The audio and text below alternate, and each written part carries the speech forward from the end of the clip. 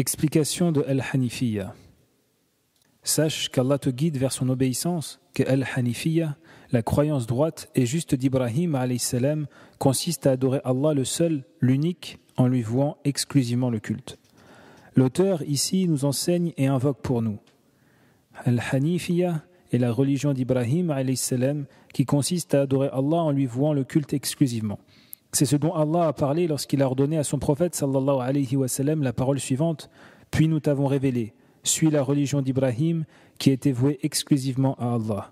Sourate La Discussion, verset 123.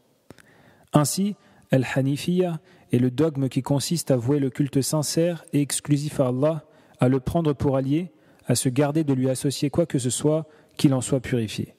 Ainsi, une personne qualifiée de Hanif est un musulman fervent qui s'en remet à Allah et délaisse tout autre que lui et lui voue l'adoration exclusive, comme l'était Ibrahim et ses disciples, de même que tous les autres prophètes, leurs compagnons et leurs adeptes. C'est ce qu'il a prescrit à tous les êtres humains et c'est la raison pour laquelle il les a créés. Comme il l'a dit, « Je n'ai créé les djinns et les humains que pour qu'ils m'adorent » Sourate qui éparpille, verset 56. Et la signification de « pour qu'ils m'adorent » dans le verset est « pour qu'ils me vouent le culte exclusif ». Allah leur a prescrit le monothéisme pur, la sincérité, et les a créés à cet effet. Ainsi, il leur a ordonné de l'adorer exclusivement lorsqu'ils prient, ils jeûnent, ils invoquent, lorsqu'ils craignent, désirent, lorsqu'ils sacrifient une bête, ils font des vœux, etc. Tout cela revient à Allah seul, comme le dit Allah subhanahu wa ta'ala, et ton Seigneur a décrété, n'adorez que lui. C'est toi seul que nous adorons, et c'est toi seul dont nous implorons secours. Ô homme, adorez votre Seigneur. C'est pour cette adoration qu'Allah a créé les djinns et les humains. Il a dit « Je n'ai créé les djinns et les humains que pour qu'ils m'adorent », c'est-à-dire pour qu'ils ne consacrent cette adoration qu'à moi en appliquant mes ordres et en délaissant mes interdits. La chose majeure qu'Allah a ordonnée est l'unicité qui consiste à ne dédier d'adoration qu'à Allah seul. Le monothéisme consiste à ne dédier ton adoration qu'à Allah seul. En conséquence, il est strictement défendu d'adorer une statue, un prophète, un ange, un djinn, une pierre, etc. Et la chose majeure qu'Allah a interdite est l'association, ou le polythéisme, qui consiste à adorer d'autres divinités que lui. La preuve à ce sujet est sa parole, subhanahu wa ta'ala, « Adorez Allah et ne lui associez rien » Sourate Les Femmes, verset 36.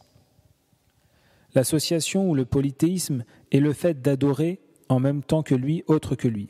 Allah a décrit les mauvaises conséquences de cet acte par sa parole.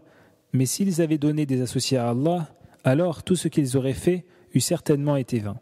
Sourate Les Bestiaux, verset 88.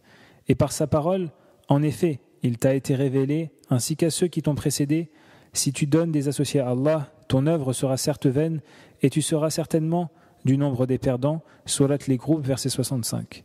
Également, Al-Bukhari et Muslim rapportent dans leur recueil authentique Sahih qu'on demanda au prophète sallallahu alayhi wa sallam quel est le pire des péchés.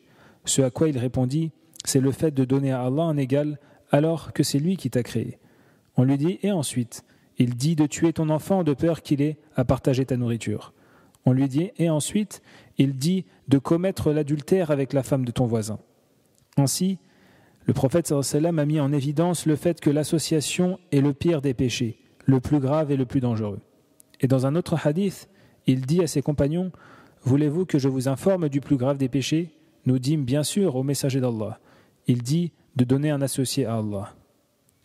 En résumé, l'association au polythéisme est le fait d'adorer en même temps qu'Allah autre que lui, en l'invoquant, le désirant, en ressentant de la peur pour lui, en sacrifiant une bête pour lui, en lui vouant un vœu, etc. Tout ceci constitue du polythéisme majeur, peu importe la nature de la chose associée à Allah, qu'elle soit un prophète, un djinn, un arbre, une pierre ou tout autre être. Dans sa parole, adorer Allah et ne lui associer rien, le terme rien englobe tout autre qu'Allah, sans exception. C'est pour cela que l'on peut constater qu'Allah a révélé de nombreux versets dans lesquels il ordonne l'unicité et interdit l'association. Ainsi, si on te demande quels sont les 3 principes fondamentaux que toute personne doit connaître, réponds, le serviteur doit connaître son Seigneur, sa religion et son prophète Mohammed sallallahu alayhi wa sallam. Ces 3 fondements englobent toute la religion. Qui est ton Seigneur ? Quelle est ta religion ? Qui est ton prophète ? Voici les questions auxquelles devra répondre le serviteur dans sa tombe.